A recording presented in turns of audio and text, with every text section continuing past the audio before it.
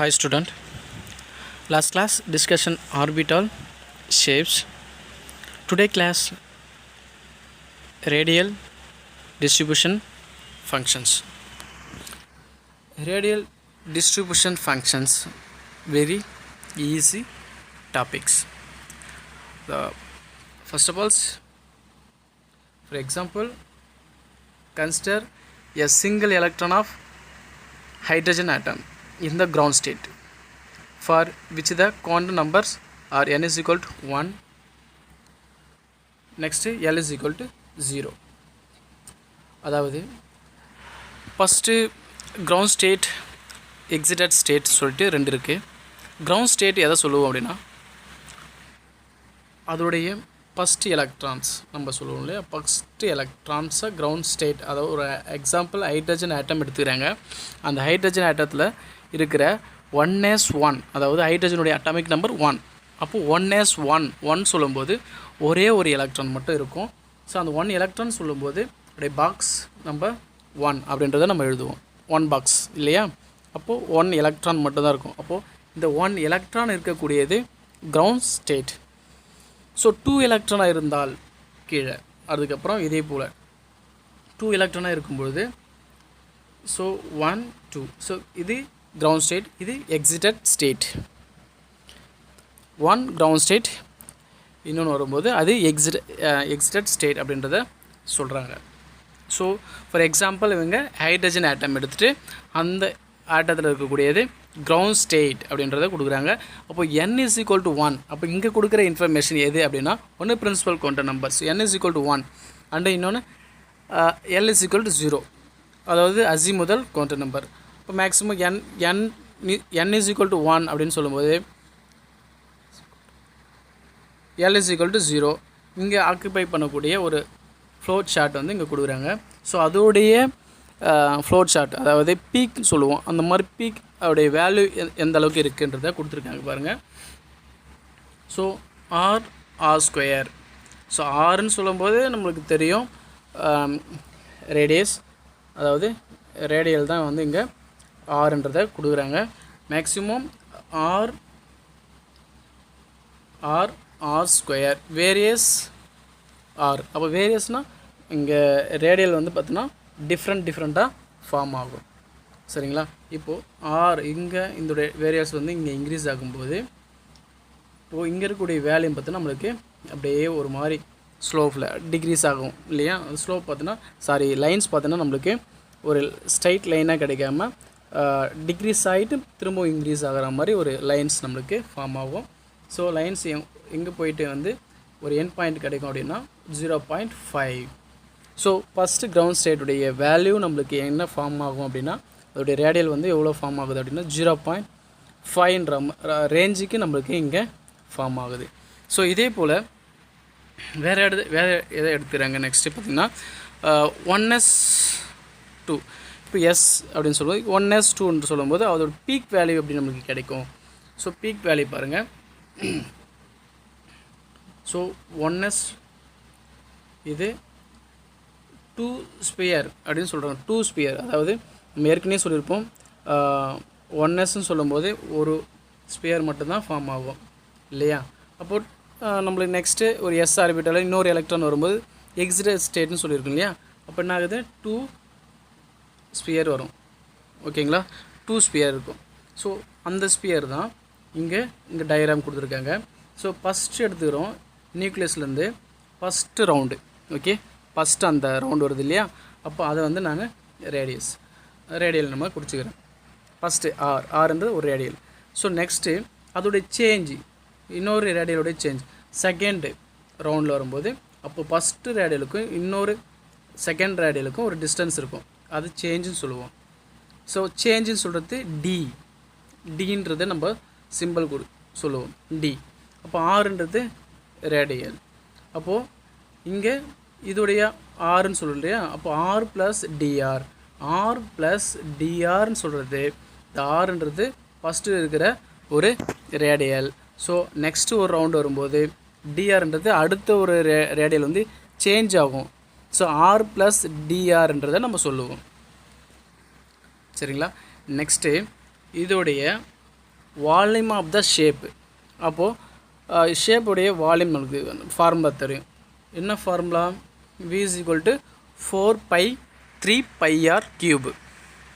Okay, அதாவது இங்கே radial வந்து சேஞ்ச் ஆகும்போது வால்யூமும் சேஞ்ச் ஆகும். ஓகேவா? இப்போது நமக்கு ரேடியல் இங்கே சேஞ்ச் ஆகுது.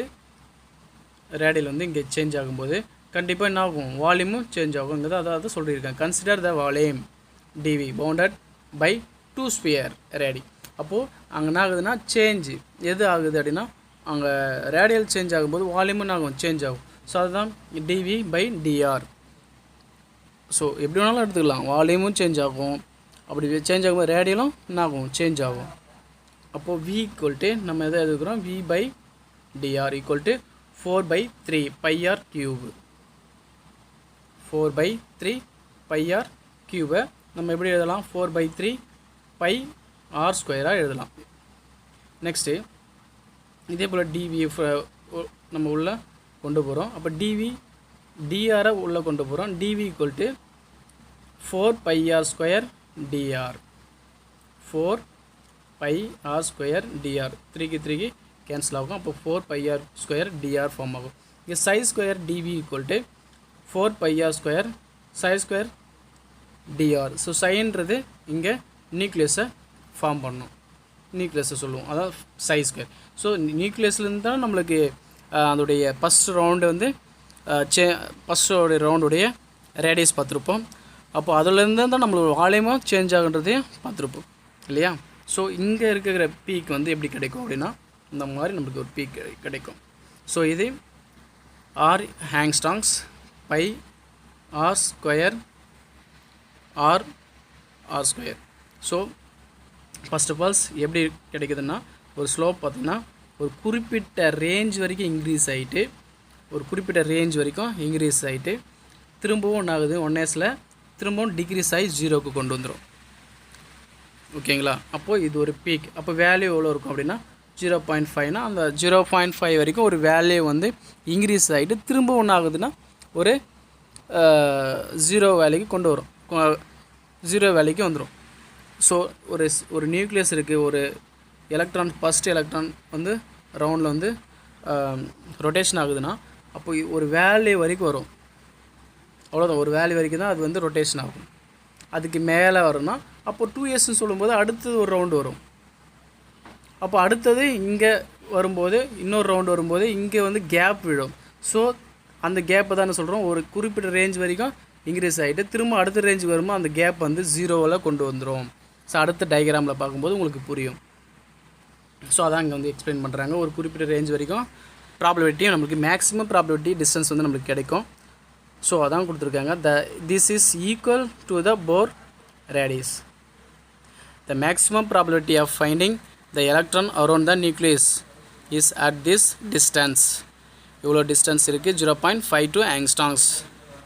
ஸோ இதே டிஸ்டன்ஸை radial distribution function of 3s 2s 3s 3p and 3d.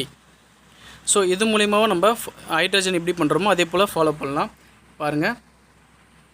Next 2sல் சொல்லும்போது ஃபஸ்ட்டு 0ல் இன்க்ரீஸ் ஆகிட்டு ஒரு குறிப்பிட்ட ரேஞ்ச் வரைக்கும் இன்க்ரீஸ் ஆகிட்டு திரும்ப நம்மளுக்கு டிக்ரீஸ் ஆகிட்டு 0க்கு வந்துடும். திரும்ப 0லேருந்து என்ன ஆகுதுன்னா இன்க்ரீஸ் ஆகிட்டு ரிட்டர்ன் டிக்ரீஸ் ஆகி திரும்பவும் 0 லெவலுக்கு திரும்பவும் 0 லெவலுக்கு கிடைக்கும். ஸோ இன்க்ரீஸ் ஆகி 0 லெவலுக்கு டிக்ரீஸ் ஆகிட்டு 0 வேலைக்கு வந்து திரும்ப இன்க்ரீஸ் ஆகிட்டு திரும்ப டிக்ரீஸ் ஆகி 0 வேலைக்கு வரும். ஸோ பீக் வந்து நம்மளுக்கு அந்த வேல்யூ 2sனால் அதோடய வேல்யூ வந்து நம்மளுக்கு ஃபைண்ட் அவுட் பண்ண போகிறோம். ஸோ அந்த ஃபைண்ட் அவுட்டை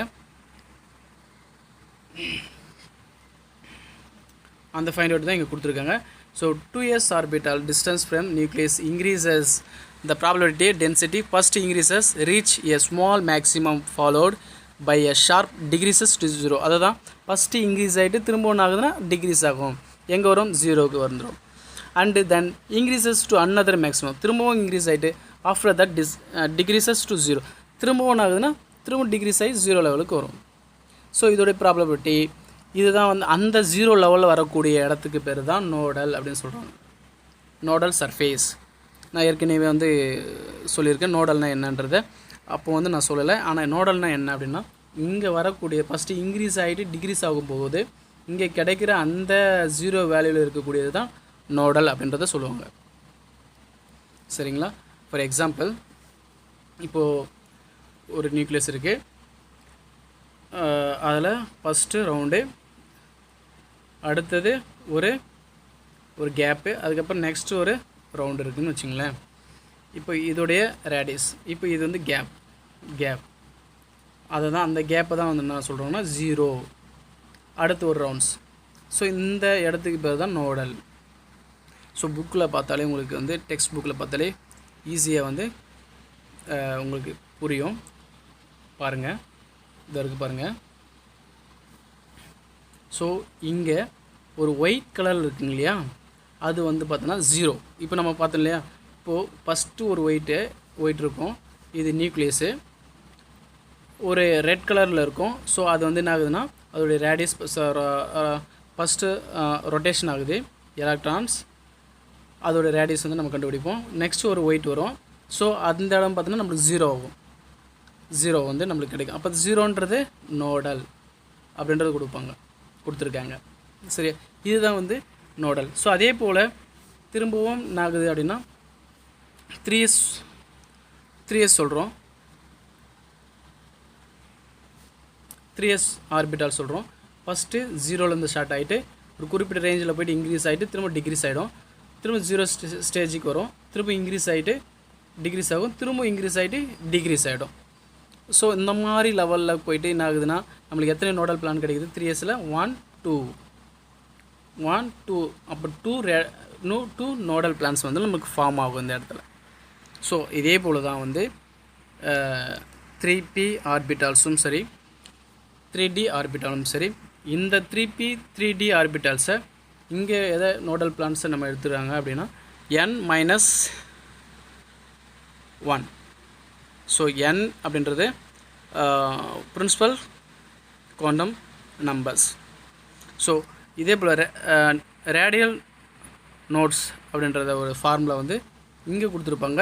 n-l-1, அதாவது principal quantum numbers minus azimuthal quantum numbers -1 த வேர். இது வந்து ரேடியல் நோட்ஸ்க்கான ஃபார்முலா. ஓகேங்களா? இதுதான் ஆங்குலர் டிஸ்ட்ரிபியூஷன் ஃபங்க்ஷன்ஸ். இது ஆங்குலர் டிஸ்ட்ரிபியூஷன் ஃபங்க்ஷன் தான் ஷேப்ஸ். ஏற்கனவே ஷேப்ஸ் பற்றி நம்ம டீட்டெயிலாகவே நம்ம எக்ஸ்பிளைன் பண்ணியிருக்கோம். நெக்ஸ்ட்டு இதோடைய last point,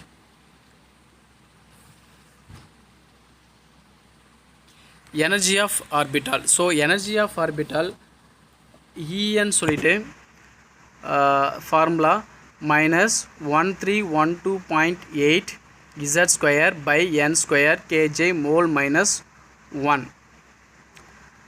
In hydrogen atom only one electron in present. For each one electron system, the energy of the electron in nth orbital is given by. So எலக்ட்ரானை எந்த மாதிரி பேஸ் பண்ணி அரேஞ்ச் பண்ணியிருக்காங்க அது சொல்கிறது தான் எனர்ஜி ஆஃப் ஆர்பிட்டால்ஸ்.